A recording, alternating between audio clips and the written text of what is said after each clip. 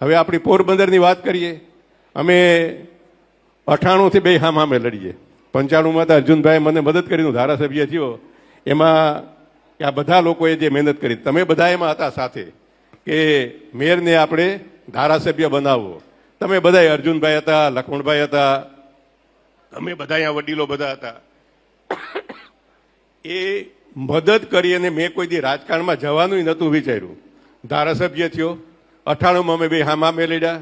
ફરીથી બીજી વખત ધારાસભ્ય થયો, મંત્રીમંડળમાં આવ્યો, ફરી 12માં મંત્રીમંડળમાં આવ્યો. ને એના પછી જે આપણી વિકાસની જે ગાથા છે પોરબંદરની કે આખા રાજ્યની, આપણે સૌએ જોઈ છે. મિત્રો, આજે આપણા વિસ્તાર માટે જેને સુવર્ણયુગ તમે કહો, એ સુવર્ણયુગ આવ્યો.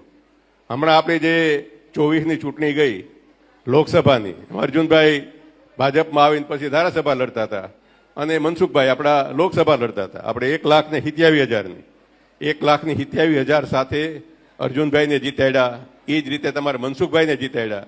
મનસુખભાઈ આજે કેન્દ્રમાં મિનિસ્ટર, રાજ્યમાં અર્જુનભાઈ મિનિસ્ટર. મિત્રો, તમારે જુનાગઢની અંદર આપણે જ્યારે આ નવું મંત્રીમંડળ બન્યું ત્યારે જુનાગઢ વાળા લખતા હતા કે અમારે 50 વર્ષમાં એકય મંત્રી અમારે નથી બન્યું. જુનાગઢ જિલ્લા પંચાયતમાંથી ચૂંટાયેલી એક પણ વ્યક્તિ તમારે 50 વર્ષમાં મંત્રી નથી બની. આપણે 1960ની અંદર ગુજરાત રાજ્ય થયું, એટલે આજે 65 વર્ષ થયા. એમાં 35 વર્ષ તો થઈ ગયા. હું મારા 10 વર્ષ, મહંત બાપુના 10 વર્ષ, માલદેવ બાપુના 10 વર્ષ અને 5 વર્ષ શશીભાઈને, હવે અર્જુનભાઈને વધારાના વર્ષ થાય.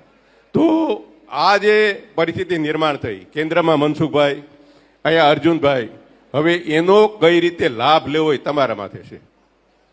તમારે એનો લાભ લેવો કે આપણે જે પરિસ્થિતિમાં પેલા જે જીવતા હતા ટાંગા ખેંચવાનું, એ ટાંગા ખેંચવા.